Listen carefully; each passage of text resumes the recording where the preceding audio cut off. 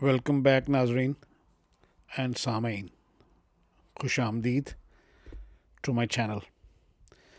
Okay چلیں جی شروع کرتے ہیں۔ اب آپ کو میں جو اس چینل کا آبجیکٹو ہے اس کے لحاظ سے آپ کو میں بتاتا ہوں کہ when I have started my journey, so what happens on words. ہوا یہ کہ میں جنوری 2010 میں پاکستان سے چلا، بڑے پروٹوکول کے ساتھ، اور جناب سوٹ بوٹ پہنا ہوا تھا ہم نے، اور سامان پیک۔ پاکستان میں ہمیں اتفاق سے پروٹوکول ملا ایئرپورٹ پہ، ایوری تھنگ واز کلیئر۔ اور پھر میں جس کمپنی میں تھا اس کمپنی نے میرا یہاں پہ بھی پروٹوکول ارینج کیا ہوا تھا۔ تو باقاعدہ جناب جب ہم نے لینڈ کیا تو کیپٹن نے میرا نام اناؤنس کیا کہ جی آپ ویٹ کریں، آپ کو ہم ریسیو کریں گے۔ تو صرف بتانے کا مقصد یہ ہے کہ ہم بہت پروٹوکول کے ساتھ جناب ہم باہر آئے جہاز سے، سارا سامان ہمارا وہ تھا، لیکن یہاں پہ وہ سامان کی حد تک ہمیں پروٹوکول ملا۔ اس کے بعد انہوں نے کہا کہ جی جو امیگریشن ہے نا، وہ کیونکہ آپ کی رسپانسبلٹی ہے، ہم یہاں پہ آپ کا انٹرفیئر نہیں کر سکتے امیگریشن میں، تو وہ آپ نے جا کے خود گزارنی ہے۔ ہم نے کہا کوئی مسئلہ نہیں ہے، we are legal and coming to U K, no problem.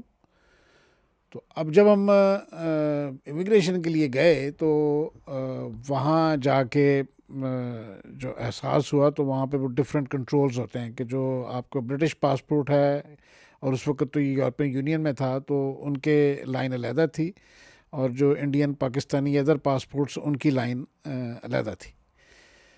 تو میں نے دیکھا کہ بہت رش ہے جو نان پاسپورٹ ہولڈرس تھے ان کے لیے۔ تو ہمارا جو ایکسائٹمنٹ تھی وہ آہستہ آہستہ وہ ہونی شروع ہو گئی، کیونکہ اس چیز کا امیگریشن کا پہلے کبھی احساس اس لیے نہیں ہوا کہ کمپنی کی طرف سے جاتے تھے، کمپنی کے گیسٹ ہوتے تھے، تو کمپنی جو ہے وہ سارا ارینج کرتی تھی اور وہ بڑا پروسیس کوئک ہو جاتا تھا۔ تو اب کھڑے ہیں جناب، ویٹ پہ ویٹ۔ اب وہاں غصہ بھی آپ نہیں کر سکتے، بڑا پیشنٹلی آپ کو کھڑے ہونا پڑتا ہے، ویٹ کرنا پڑتا ہے۔ تو آپ یقین کریں کہ جو فرسٹ ٹائم تھا میری امیگریشن کو، جو مجھے لوگ ریسیو کرنے آئے ہوئے تھے، وہ بھی بیچارے کھڑے ہو کے بور ہو گئے وہاں پہ۔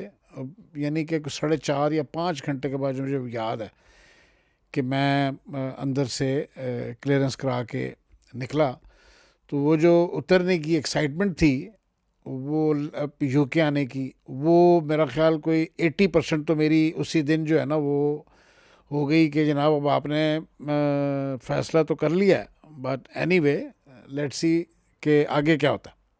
بہرحال جناب چلے گئے اپنا، ہم بھائی کیونکہ یہاں پہ تھے تو ہم ان کے گھر جناب چلے گئے، کھانا وانا کھایا، اور 2-4 دن اپنی نیند پوری کی، گھر والوں سے اداس، اور ایک ڈفرینٹ، کیونکہ میں بہت کائنڈ آف وہ کہیں آپ کہ میں ہوم کریچر انسان ہوں، شادی کے بعد فیملی کے بغیر میں نہیں رہ سکتا۔ تو اینی وے، تو اب وہ ٹائم گزرتا گیا، تو میرا ہیئر کٹ ہونے والا تھا۔ تو میں نے بھائی سے کہا، میں نے کہا یار میں نے ہیئر کٹ کرانا ہے، تو کہتے ہیں یار وہ ادھر نیچے شاپس ہیں تو وہاں آپ چلے جاؤ۔ تو میں اترا اور میں جناب شاپ پہ گیا، تو اس نے مجھے انٹرٹین ہی نہیں کیا۔ مجھے بڑا فیل ہوا، میں نے کہا یار وہ کہتے جی آپ بکنگ کرائیں اپنی، آپ اپوائنٹمنٹ لیں، آپ پھر اپوائنٹمنٹ کے بعد ہم آپ کو بتائیں گے کہ ہمارے پاس آپ کی اپوائنٹمنٹ کب کے لیے ہے، اور پھر آپ کے جناب ہم بال کاٹ سکتے ہیں۔ تو وہ میں آپ کو جو بتا رہا ہوں نا، یہ کلچرل شاکس ہوتے ہیں جو آپ کو ملنے شروع ہوتے ہیں آہستہ آہستہ آہستہ آہستہ، یہ کیسے چیزیں ہو رہی ہوتی ہیں۔ سو اینی ہاؤ، بہرحال جی ہم وہاں سے واپس آ گئے۔ غصہ آپ کر نہیں سکتے کسی پہ، کیونکہ وہ آپ کو کہتے ہیں کہ اگر آپ نے ہم سے روڈ بولا تو ہم آپ کو سرو نہیں کریں گے، اور اگر آپ وہاں پہ زیادہ انسسٹ کرتے ہیں تو وہ پھر یعنی کہ وہ کوئی بھی قدم اٹھا سکتے ہیں۔ اگر آپ بہت زیادہ روڈ ہیں اور لمٹ کراس کر رہے ہیں تو پولیس کال کر لیتے ہیں۔ تو اینی وے پھر آپ نئے آئے ہوئے ہوتے ہیں تو آپ ڈرے ہوئے بھی ہوتے ہیں، آپ کو لاز کا نہیں پتہ ہوتا، آپ کو صرف جس جگہ آپ آگے رکتے ہیں ان کو جتنا کچھ پتہ ہوتا ہے وہ آپ کو بتا دیتے ہیں۔ اچھا، پھر یہاں پہ ایسے ہوتا تھا کہ آپ نے جناب سب سے پہلے آ کے اپنی رجسٹریشن کرانی ہے، کونسل میں اپنا بتانا ہے کہ آپ نیو ریزیڈنٹ اس گھر میں آ کے ٹھہر رہے ہیں، اور پھر آپ نے اپنا NI نمبر بنانا ہوتا ہے کیونکہ آپ کو جاب اس کے بغیر نہیں ملتی. پھر آپ نے اپنا لائسنس اپلائی کرنا پڑتا ہے اگر آپ گاڑی چلانا چاہتے ہیں، ادروائز آپ گاڑی نہیں چلا سکتے. تو ہر چیز جب ہو جاتی تھی تو ایک وہ ایسی ایکسائٹمنٹ ہوتی تھی کہ یار میں نے یہ بھی کر لیا ہے، میری کونسل رجسٹریشن ہو گئی ہے اور میں کونسل ٹیکس میں بھی ہو گیا ہوں. پھر میرا کیونکہ یہاں پہ آپ کا اپنا ایک فوٹو ID ہونا بہت ضروری ہوتا ہے کہیں بھی جاب کے لیے یا کسی اس چیز، وہاں سب سے پہلے آپ کا آئیڈینٹیفیکیشن مانگتے ہیں. اور یہاں پہ جو سب سے مجھے اس وقت آتے ہوئے سب سے زیادہ جو چیز لگی کہ اس وقت پاکستان میں جو پوسٹ مین کا جو کانسیپٹ تھا نا، وہ آہستہ آہستہ بہت کم ہوتا جا رہا تھا. وہ ڈاکیا جو خط لے کے آتا تھا، تو یہاں پہ اتنی پوسٹ آتی تھی، ہر چیز آپ کو بائی پوسٹ آتی ہے. کوئی آن لائن والا کھاتا نہیں تھا یہاں پہ اس وقت. حالانکہ جب میں آیا ہوں تو اس وقت تو جو ہائیسٹ فون تھا وہ بھی بلو بیری تھا، بلیک بیری سوری، وہ اپنا آئی فون بھی لانچ نہیں ہوا تھا ابھی. تو اس لیے بتا رہا ہوں کہ یہ چھوٹی چھوٹی چیزیں ہیں جو یعنی کہ جب ہم کرتے تھے تو ہم بڑے خوش ہوتے تھے کہ یار میرا NI نمبر آ گیا ہے، چلو اب میری نا جاب ہو جائے گی.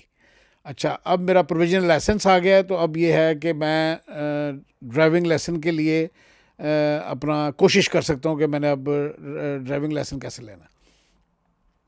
اب ڈرائیونگ لیسن کے لیے کیا ہے جی کہ پہلے آپ اپنی تھیوری پریپیئر کریں. اب وہ لوگ آپ کو پھر ڈراتے بہت زیادہ ہیں کہ یار یہ اتنے پیسے لگیں گے. اب آپ نے ٹیسٹ بک کر لیا تو آپ کے پاس صرف 4 مسٹیکس کا مارجن ہوتا ہے، آپ کو ٹیسٹ پاس کرنا ہوتا ہے. اور اگر آپ نے ٹیسٹ فیل کر دیا پھر پتہ لگے کہ آپ کا دوبارہ ٹیسٹ ری بک ہونے میں اتنا ٹائم ہے کہ صرف ودن 2 ایئرز آپ کو دوبارہ ریسٹ کرنا پڑتا ہے. تو 2 ایئرس کے لیے وہ ویلڈ ہوتا ہے. اب آپ نے ٹیسٹ پاس کر لیا، اب وہ ویلڈ جو ہے وہ 2 ایئرس کے لیے ہے. ودن 2 ایئرس آپ کو ڈرائیونگ ٹیسٹ بک کرنا ہے. اب وہ ڈرائیونگ ٹیسٹ ایسے بک کرنا ہے آپ نے کہ پھر آپ نے اس کے لیسنز لینے ہیں، اور اس وقت پیسے آپ کے پاس بہت زیادہ ہوتے نہیں ہیں. تو چلو جو بیچارے لوگ آتے ہیں یہاں پہ وہ اتنا زیادہ فنڈس تو وہاں سے لے کے آتے نہیں ہیں، وہ تو اپنا گزارا کرنے کے لیے تھوڑے بہت پیسے لے کے آتے ہیں. اور یہاں پہ جب آپ ٹیسٹ کے لیے پتہ کرتے ہیں تو پتہ لگتا ہے جناب اس کی فیس بھی اچھی خاصی ہے. 18 to 20 پاؤنڈس پر آور جو ہے وہ ڈرائیونگ انسٹرکٹر لیتا ہے، اور کم از کم آپ کو 25 سے 30 لیسن دے دیتا ہے وہ. تو یہ آلموسٹ 500-600 پاؤنڈ کا یہ خرچہ ہے. پھر آپ نے گاڑی ہائر کرنی ہے جس دن آپ کا ٹیسٹ ہے. So any way fast forward یہ ہے کہ جناب وہ پھر ڈر کے بہت تیاری کر رہے ہیں جناب. اب جس عمر میں ہم آئے اس عمر میں پھر اتنا پڑھنا بھی آپ کو عجیب سا لگتا ہے کہ جہاں آپ دنیا کو ٹرینڈ کر کے ہیں تو یہ آپ کو نئے سرے سے ٹرینڈ کر رہے ہیں. تو وہ آپ کو سم ٹائم اندر سے غصہ بھی آتا ہے کہ یار یہ میں کیا کر رہا ہوں، یہ میں کدھر آ گیا ہوں.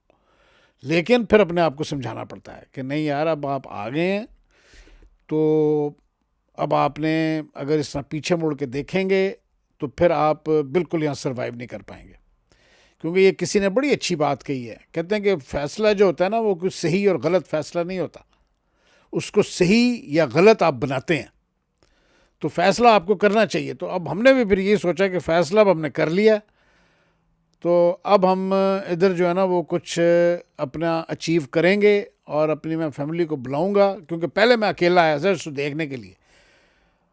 تو بہرحال وہ بتانے کا مقصد یہ ہے کہ وہ لائسنس کا ہوا، وہ بھی جب ہو گیا تو بڑی ایکسائٹمنٹ کہ جناب میں لوگوں کو بتا رہا ہوں کہ یار یہاں وہ کہتے ہیں جی ڈرائیونگ لیسن جو ہے وہ تو پاسپورٹ سے بھی مشکل ہے. تو میں نے تو اس کا مطلب ہے فرسٹ اسٹیپ لے لیا ہے. تو لوگ پھر مجھے مبارکباد میں یہ کہتے تھے کہ جی آپ آدھے برٹش تو ہو گئے ہیں، اب آپ نے نا ڈرائیونگ لیسن لے لیا. کیونکہ میرا ڈرائیونگ لیسن لینے کا صرف پرپز ایک تھا کہ میری خواہش تھی کہ میں بچوں کے آنے سے پہلے، فیملی کے آنے سے پہلے گاڑی لے لوں کسی طریقے سے، تاکہ ان کو احساس نہ ہو، محسوس نہ کر پائیں. کیونکہ پاکستان میں جس طرح کا ان کا ماحول تھا تو میری کوشش یہ تھی کہ میں ان کو ملتا جلتا ماحول یہاں کا دوں. تھوڑی بہت اکوموڈیشن ان کو اگر اکوموڈیٹ کرنا پڑے، کمپرومائز کرنا پڑے تو وہ کر لیں گے، لیکن بیسکس میں ان کو بہت زیادہ ایسی چیز نہ ہو کہ ان کو ہارڈ ٹائم دیکھنا پڑے. تو وہ میرے لیے جو لیسن ہے ڈرائیونگ لیسن، وہ سب سے پہلی پرائرٹی تھی، جو کہ میں نے جناب انیشلی اچھے خاصے پیسے خرچ کر کے، اور میں ڈرائیونگ لیسن لینے کے لیے جہاں میں ٹھہرا ہوا تھا وہاں سے میں تقریباً کوئی 2 گھنٹے کی کمیوٹ کر کے، کمیوٹ کا مطلب ہے ٹرین لینی، ایک جگہ سے بس لینی، پھر ٹرین لینی، پھر بس لینی، اور پھر پیدل واک کر کے وہاں جانا، ڈرائیونگ لیسن لینا، پھر واپس اسی راستے سے آنا. تو بتانے کا مقصد اٹس اے ویری، اور پھر وہ جب آپ بیٹھے ہوئے ہوتے ہیں اکیلے ٹرین میں، پھر آپ سوچ رہے ہوتے ہیں کہ یار واقعی میں نے یہ فیصلہ کر لیا ہے، میں ابھی بھی رک جاؤں. کیونکہ میرے دوست جتنے بھی وہاں پہ تھے وہ سب یہ کہہ رہے تھے کہ ابھی آپ کچھ نہ بیچیں، ہمیں پتہ ہے کہ آپ 3-4 مہینے میں واپس پاکستان آ جائیں گے، کیونکہ وہاں لائف جو ہے نا، وہ جو آپ یہاں پہ گزار کے اور سوچ کے جا رہے ہیں نا، وہاں پہ بالکل نہیں ایسی. پھر میں دوستوں سے فون کر کے پوچھتا تھا، تو ایک تو دوست مجھے کہتا تھا کہ اگر آپ نے یہاں سوچ لیا ہے شفٹ ہونے کا، تو پھر آپ نے اپنا جو پاکستان والا نخرہ ٹخرا ہے نا، وہ بالکل بھول جانا کہ جی میرے نوکر تھے، میرے ڈرائیور تھے، میرا گھر بڑا تھا. تو جب آپ، اور واقعی وہ بات بالکل ٹھیک ہے، جب میں آ کے لینڈ کیا تو یہاں پہ جتنا بیڈ روم سائز ہے اتنا تو گھر میں ہمارے باتھ روم ہوتا تھا. اور وہاں موسٹلی لوگوں، یہ نہیں کہ میرے ہی، وہاں موسٹلی ہمارے گھر بڑے ہوتے ہیں پاکستان میں، جگہ بہت زیادہ ہیں. تو اس لحاظ سے پھر ہم اپنا وہ مس کرتے تھے کہ یار یہ تو بڑے چھوٹے چھوٹے، میں ان کو شروع میں کہتا تھا کہ یہ نا وہ مرغی کے دڑبے ہیں، اور جیسے پاکستان میں ہوتے ہیں نا، وہ ہمارا چوکیدار اس طرح کے کمرے میں رہتا ہے جس طرح کے کمرے میں ہمیں آ کے رہنا پڑا. مگر اینی وے آ کے رکے، اور آ کے رکنے کے بعد ہم نے اپنا جب ڈرائیونگ لیسن لے لیا، تو وہ ہمارا ایک سب سے پہلی بہت بڑی اچیومنٹ تھی. اور اس کو اچیو کرنے کے بعد آگے کیا ہوا اور آگے کیسے ہم چلے، آگے very long way to go. یہ صرف پہلے میں آپ کو بتا رہا ہوں کہ یہ میں نے اچیو کر لیا تھا آبجیکٹو اپنا 3 سے 4 مہینے میں. اس کے بعد ہمارا ہنی مون پیریڈ اوور ہو گیا، اور اس کے بعد ہمیں پتہ لگا کہ اب ریئل لائف کیسے شروع ہونی ہے، جس نے ہمارے پسینے چھڑوائے، اور جس نے ہمیں بہت دفعہ رونے پہ مجبور کیا، جس نے بہت دفعہ ہمیں سیڈ کیا. تو وہ ہم آپ کو بتائیں گے اگلی ویڈیو میں.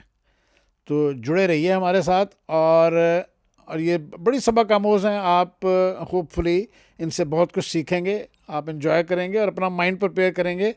اور آپ جب آئیں گے تو آپ بہت ساری چیزوں کے لیے مینٹلی پریپیئر ہو کے آئیں گے جو ہم لوگوں کے نہیں آئے تھے. تو جب آپ مینٹلی پریپیئر ہو کے آئیں گے تو آپ بہت زیادہ کمیٹیڈ ہوں گے اور اپنے ٹارگٹس کی طرف اور تیزی سے بڑھیں گے. تو ہو سکتا ہے اس میں کسی کا بھلا ہو جائے. تو چلے ملیں گے آپ کو اگلی ویڈیو میں. خدا حافظ.